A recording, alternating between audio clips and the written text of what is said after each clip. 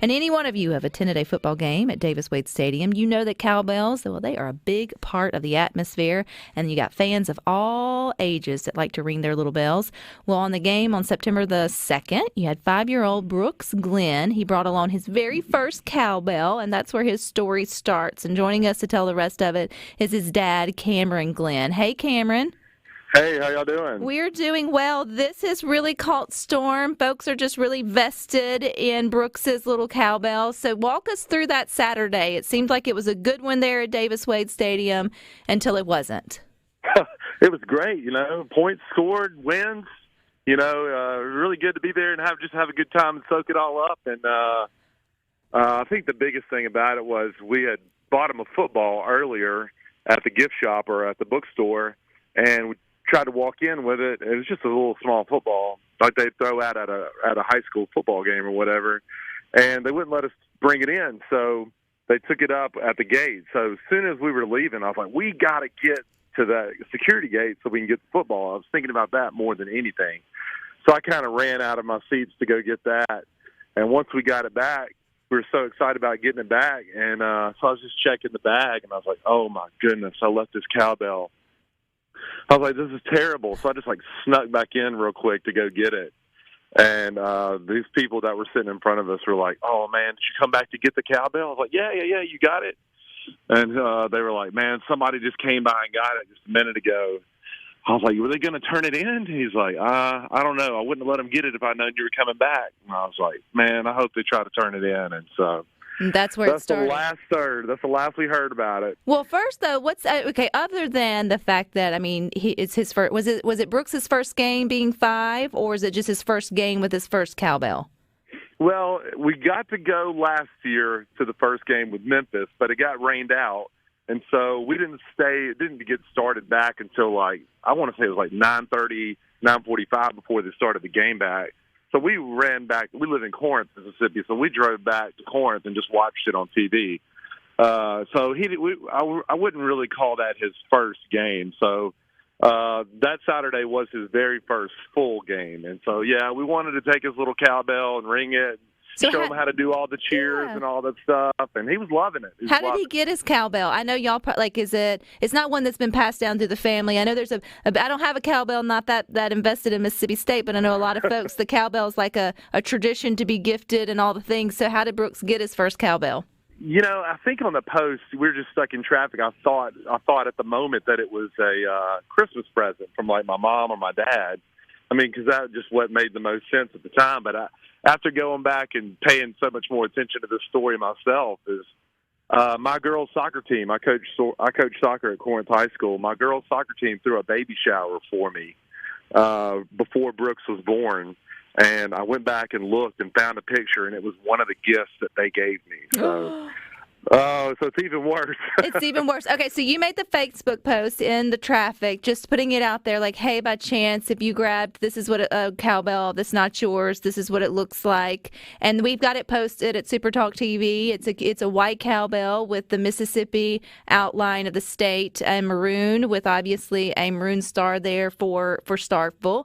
And what happened next? Well, the original one is the much smaller one where he's wearing maroon. Oh, gotcha. Yeah, the one where he's wearing maroon is the original one. So one of the little small cowbells, little bitty ones. I know a lot of people think that cowbells are annoying, but when you ring those, they're very annoying, very high pitched, little tink tink tink. So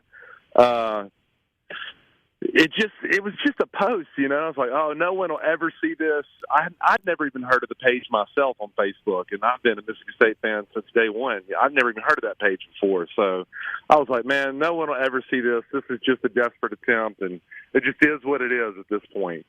And then we got home, and I got into bed and started looking at it, and it had already been shared 1,500 times by within 2 or 3 hours. I was like, what is going on with this, So this is crazy. And then just over the weekend, it just exploded. And every time I turned around, I was getting another Facebook message from somebody in another state trying to buy him a cowbell, trying to, hey, what's your cash app? Let me send you some money so you go get him a cowbell and stuff like that. It was just Super It truly, kind. And now you truly haven't found the inspirational. cowbell, so you're still on the look for it. Obviously, that would be a great uniting story. But we Oh do yeah. obviously see Brooks got an upgraded cowbell. So that's the one they have the picture on SuperTalk TV. So how did he end up with his new upgraded cowbell? Well, there was a lot of people that wanted to buy him one, and as much as I would love to take him up on that, take all these people up on that, at the end of the day, I mean, that would have been a great story. But at the end of the day, I mean, I walked out and left his cowbell. So I wanted to take him to the store and just say, hey, look, man, here's these cowbells. I want you to pick the one that you want. Pick whichever one you want, and that's what we're going to do.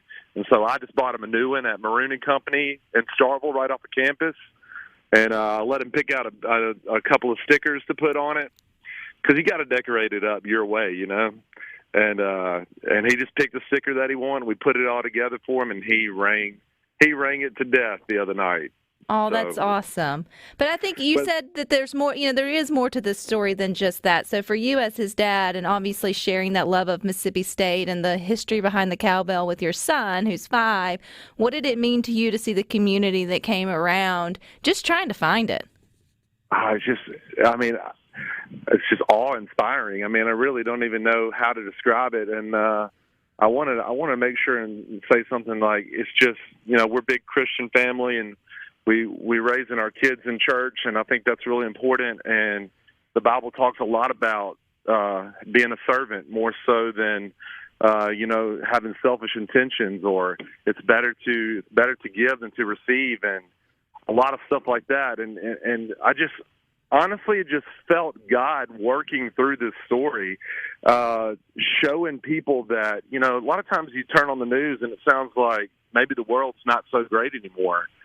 And I think through this, it just definitely proved that wrong. There are so many good people in this world, and you just don't hear about it. You don't hear a lot about it. It's not the status quo, but there are so many good people willing to help from states away. A complete stranger help his kid find a cowbell or get a cowbell.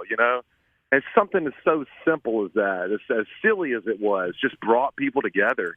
And I honestly just think that's just God's work right there. Well, Cameron, I really can't. I can't describe it any other way. It's definitely God's work because we had on our text line, Derek in Greenwood said, "I am an Ole Miss fan," and I shared his post. Hopefully, the little guy gets it reunited. But I think too that goes to show just the fellowship and the beauty of college sports and the like-mindedness and understanding tradition and history and the connection and all the things. And so for many Mississippi State fans, a cowbell is not just a cowbell. There's a little bit more of emotion and connection to it, and the to me too, it's the spirit of you getting to share that as an alumni, with your son. There's all the emotions sort of tied into that little piece of annoying metal.